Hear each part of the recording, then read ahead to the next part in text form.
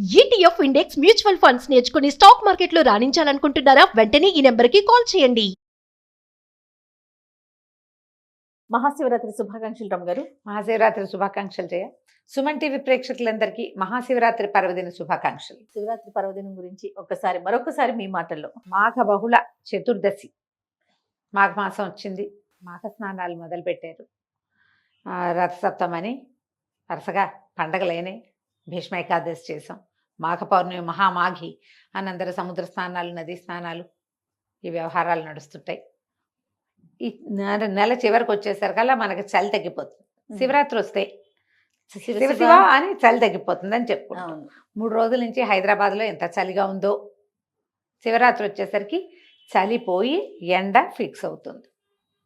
ఈ మహాశివరాత్రి భారతదేశం అంతా అన్ని పక్కలా జరుపుకునే పర్వదినం. శివరాత్రి అంటే రాత్రి ముఖ్యం. అంటే ఉపవాసం ఉండటం, జాగరణ చేయటం, శివనామస్మరణతోటి రోజు గడపటం చాలా ముఖ్యమైనవి. శివుడు సాధారణంగానే మనం ఒక వాక్యం చెప్పుకుంటాం, అలంకార ప్రియో విష్ణు అభిషేక ప్రియ శివ. శివకేశవ తత్వాలని ఈ 2 వాక్యాల్లో చెప్పేస్తారు. అభిషేక ప్రియుడు పరమేశ్వరుడు.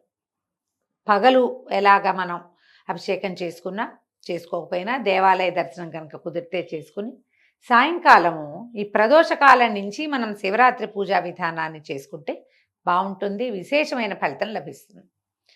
శివరాత్రితోనట ఈ రాత్రి గనక మనం జాగారం చేసినా, లేకపోతే ఏదైనా శివారాధన చేసుకున్నా, ఉపవాసం ఉన్నా కూడా మన పాపం హరించిపోతుందట మొత్తం.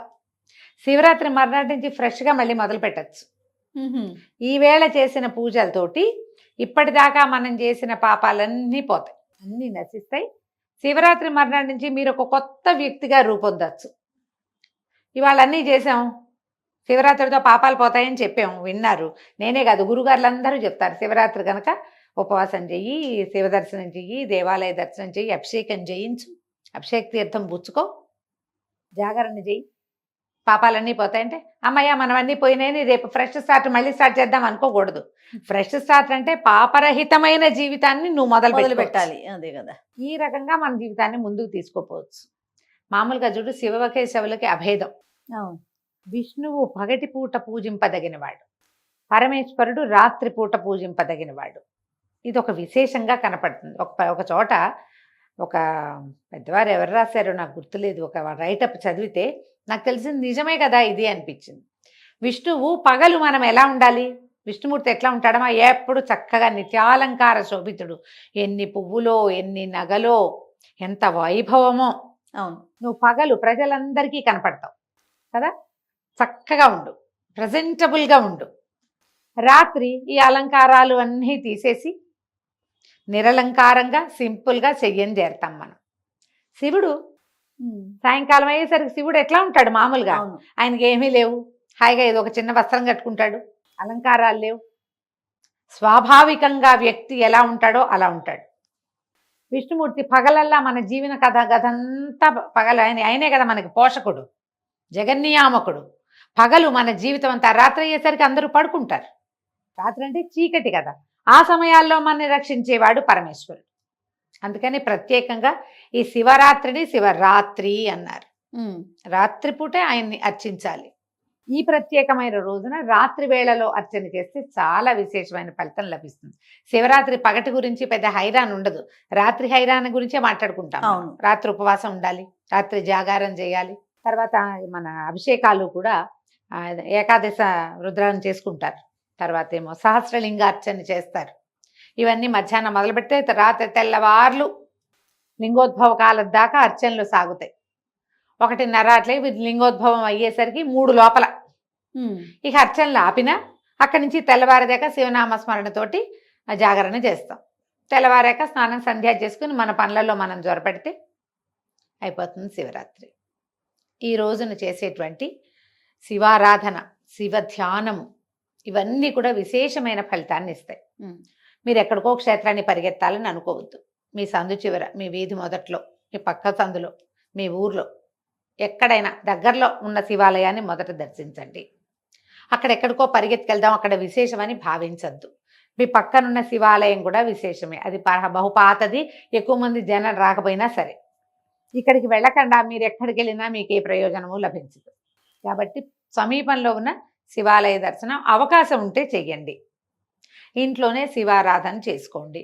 మీ ఇంట్లో ఒక బుజ్జి శివలింగం ఉంటే ఆ మాత్రం ఉన్నా సరే ఓం నమ శివాయ అని శివనామస్మరణ చేసుకుంటూ, లేదా మీకు వచ్చినటువంటి బిల్వాష్టకమో, లింగాష్టకమో, విశ్వనాథాష్టకమో, శివమానస పూజ ఏదో ఒకటి చెప్పుకుంటూ కాసేపు నీళ్ళు పోయండి, దండం పెట్టుకోండి. శివుడికి అనేక రకాల ఫలాలు, తర్వాత ఏమో డ్రై ఫ్రూట్స్ అని, నట్స్ అని, అవి ఏవైనా నివేదన చెయ్యొచ్చు. శివరాత్రి నాడు మనం అన్నం తినం కాబట్టి అన్న నివేదనలు అంతగా చెయ్యరు. ఉపవాసం ఉంటే మంచిది. శివరాత్రి నాడు ఉపవాసం చాలా విశేషం. ఎవరు ఉండగలరు, ఎవరు ఉండలేరు అనేది ఆలోచించుకుని చెయ్యండి. మీకు డయాబెటీస్ ఉన్నా, బీపీ ఉన్నా, ఏదైనా అనారోగ్యం ఉన్నా, మీరు మందులు వేసుకునే వాళ్ళైనా, అసిడిటీ ఉన్నా ఉపవాసం జోలికి పోకండి. సింపుల్ ఉపవాసం ఏంటంటే నోరు కట్టడి చేసి మాట్లాడకుండా ఓన్లీ శివ అంటూ ఉండండి. ఆ ఉపవాసం చేయొచ్చు. బాలింతలు, చిన్నపిల్లలు ఉన్నవాళ్ళు, వృద్ధులు, చిన్న వయసు వాళ్ళు, గర్భవతులు, ఓపిక చాలని వాళ్ళు ఈ శివనామస్మరణ ఉపవాసాన్ని చేసుకోండి. అన్న ఉపవాసాన్ని మానేసి అది చేయొద్దు. ఇది మీకు కావాల్సింది ఏదో తీసుకోండి. ఉపవాసం ఉండదలుచుకున్న వాళ్ళు స్వల్పంగా ఏదైనా అల్పాహారం తీసుకోవచ్చు. చిలకడ దుంపలు లాంటివి తీసుకోవచ్చు, ఉడకబెట్టి. పళ్ళు తీసుకోవచ్చు, పళ్ళ రసాలు తీసుకోవచ్చు. మజ్జిగ తాగచ్చా అని చాలామంది అడుగుతారు. సాధారణంగా మజ్జిగ మనం అన్నానికి అనుపానంగా వాడుకుంటాం కదా, ఏమన్నా అన్నాధరువు మనకి. అందుకని మజ్జిగ కొన్ని ప్రాంతాల్లో పనికిరాదని చెప్తారు. కానీ వేడి చేసే తత్వం కలిగి ఉండే వ్యక్తులు, తొందరగా వేడి చేసే వాతావరణాల్లో మజ్జిగ చాలా సహజంగా ఉపవాస దీక్షలో పనికొస్తుంది. దాన్ని పల్చం చేస్తాం కాబట్టి తీసుకోవచ్చు. ఎదుబెరటలో తీసుకోవచ్చు, ఉప్మా చేసుకోవచ్చు, పిండి పులిహార లాంటివి చేసుకోవచ్చు. రుచి కంటే ఏదైనా ఆ సమయానికి ఒక పదార్థం అన్న ఆలోచన పెట్టుకోండి. అన్ని రకాల పళ్ళ ముక్కలు అవి ఏమన్నా తీసుకోవచ్చు. ఎవరికైనా పెట్టి తినడానికి ప్రిఫర్ చేయండి. మనమే తినేయకుండా ఉపవాసం ఉన్న వాళ్ళు ఎవరో కూడా ఉపవాసం ఉన్నారు, వాళ్ళకు కూడా 2 పళ్ళు ఇవ్వండి. వాళ్ళకు కూడా ఒక గ్లాస్ కొబ్బరి నీళ్ళు ఇవ్వండి. వాళ్ళకి ఒక గ్లాస్ మజ్జిగ ఇవ్వండి. ఇలా ఏదైనా తీసుకోవచ్చు. శివనామస్మరణ చాలా ముఖ్యం. ఈ రోజున మీరు ఎంత చేస్తే అన్ని కోట్ల కొద్దీ ఫలితాన్ని, అన్ని కోట్ల రెట్లు అవుతుందన్నమాట. సంవత్సరం అంతా చేసిన శివారాధన ఒక్క శివరాత్రి ఆరాధనతో సమానము అని చెప్తారు. అంతే, నువ్వు ఏడాదంతా చేయకపోయినా పర్వాలేదు, ఈ ఒక్కరోజు చెయ్యని అర్థం తీసుకోవద్దు. మీరు ఏడాదంతా ఎంతో కొంత చేసుకుంటూనే ఉంటారు. ఇది చేస్తే ఇంకో ఏడాది మీకు ప్లస్ అవుతుంది. అవును. గ్రహస్థితుల్లో మార్పు వస్తుంది దీనివల్ల, శివారాధన వల్ల. మీ అలవాట్లు, మీ ఇళ్లల్లో పద్ధతులు, మీ సమీప దేవాలయ విధానాలు, మీ ప్రాంతపు ఆచారాలు ఏమున్నాయో వాటిని పాటించండి. శివారాధన అత్యంత ఫలప్రదమైంది. శివుడు ఐశ్వర్యకారకుడు, మోక్షకారకుడు 2 చెప్తారు. ఈయన్ని పట్టించుకోవటం, ఆయన్ని ఒప్పించటం సులువుగా ఆయన మనకు వశంవదురవుతాడని చెప్పబడుతుంది. పెద్దవాళ్ళంతా చెప్తారు ఆ మాట. పురాణాల్లో తొందరగా సులభంగా వచ్చేస్తాడు శివుడు అని చెప్తారు. మీ మనసు ఆయన వైపుకి తిరిగితే ఆ మనసు తెలిసి మన దగ్గరకు వచ్చేస్తాడు. ఒట్టి నోటితో అంటాం కాకుండా లోపల నుంచి ప్రార్థన చేయండి. ఏవైనా దానం చేసుకోవచ్చు శివరాత్రి నాడు. మీరు పళ్ళు, కాయలు, పువ్వులు, బిల్వదళాలు, తర్వాత మీ దగ్గర ఏదైనా పురాతన కాలం నుంచి, కాశీ నుంచి తెచ్చిపెట్టిన గంగాజలం అంటే గంగాజలం ఎత్తే ఎవరికైనా ఇవ్వండి. అది కూడా అద్భుతమైన దానం. వస్త్రాలు ఇవ్వచ్చు. ఏవైనా దానం చెయ్యొచ్చు, మంచిది. బ్రాహ్మణులకి ఎవరికైనా మీరు ఏదైనా ఇవ్వదలుచుకుంటే ఈ రోజున ఇవ్వచ్చు. ఏదైనా నోవు పట్టుకోదలుచుకున్న వాళ్ళు శివరాత్రి నాడు నోవులు పట్టుకుంటారు. ఓకే.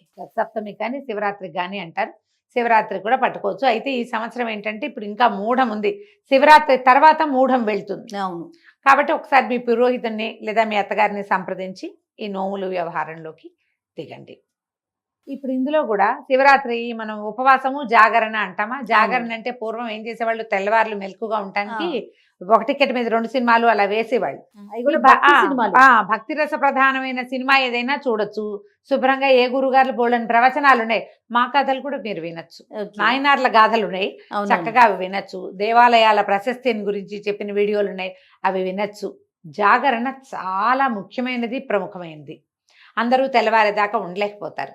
కనీసం లింగోద్భవ కాలం దాకా ఉండి, లింగోద్భవం తర్వాత తీర్థం ప్రసాదం పుచ్చుకొని పర్వాలేదు, కాస్త కొంచెం నడుము వాల్చినా ఏం కాకపోవచ్చు. కాకపోతే మరి మంచాల మీద పడుకోకుండా కాస్త ఏ సోఫాలోనో ఏ కిందో నడుము వాల్చండి. ఫలితం బాగుంటుంది. ఉమ్, ఏకసయాగతులు కావటం భార్యాభర్త అవి పనికిరం. ఉమ్, అలా కాకుండా చూసుకోండి. ఇప్పుడు ఈ ఉపవాసాన్ని ఎప్పుడు విడవాలి అని ఒక ప్రశ్న ఎప్పుడు అవునండి. ఉంటుంది. మర్నాడు ఉదయం మీరు మామూలుగా ఆరాధన చేసుకుని దీపారాధన చేసేసుకుని ఇంట్లో ఆ, భోజనం చేసేయచ్చు, టిఫిన్ చేయొచ్చు, ఇంకే తప్పు లేదు దానికి. ఓహో. ద్వాదశి లాంటి నియమం ఇక్కడ రాదు. ఉమ్, తెల్లవారటమే. అలాగని తెల్లారంగానే బయటికి ఎక్కడికో వెళ్ళి టిఫిన్ తినేసే పని మాత్రం చేయబోకండి. అది బాగుండదు అట్లాంటి పద్ధతి. మీరు ఇంట్లోనే దేవుడికి దీపం పెట్టుకుని ఏదైనా పండో ఫలమో నివేదన చేసుకుని ఆ, ఇంట్లో చేసుకుని తినండి. అది మీరు రాత్రి పగలల్లా ముందు రోజంతా ఉపవాసం ఉండి మర్నాడు ఈ బయట ఏదైనా తింటే ఆరోగ్యం కూడా చెడిపోతుంది. నాన్ వెజ్ తినచ్చా ఇది ఒక ప్రశ్న వస్తూ ఉంటుంది. అవన్నీ మీ విజ్ఞతకే వదిలేస్తున్నానండి. మీరు ఆలోచించుకోండి. ఈ తినచ్చా అని ఎప్పుడు అడుగుతాం మనం? తినకూడదేమో అని మనకు లోపల మనసులో ఉంటే అనిపించినప్పుడు. మీకు ఆ ప్రశ్న వస్తుంది కదా. అవునండి. మరి మీకు ఒక విజ్ఞత, మీకు లోపల ఒక ఉంటాడు కదా, ఒక ఆత్మారాముడు. ఆయన చెప్తాడు సమాధానం, చెయ్యొచ్చా చేయకూడదా అని. అవును. మిమ్మల్ని మీరు ప్రశ్నించుకుని చేస్తారో మాంతారో మీదే చాయిస్. ఇవి చెప్పేవి కాదు, అంతే. ఆలోచించుకుని చేయాల్సిందే. మర్నాడు మామూలుగా మీరు భోజనం చేసేసేయచ్చు, ఇంకే తప్పు లేదు. నమస్తే రమ్మగారు. నమస్తే జయ.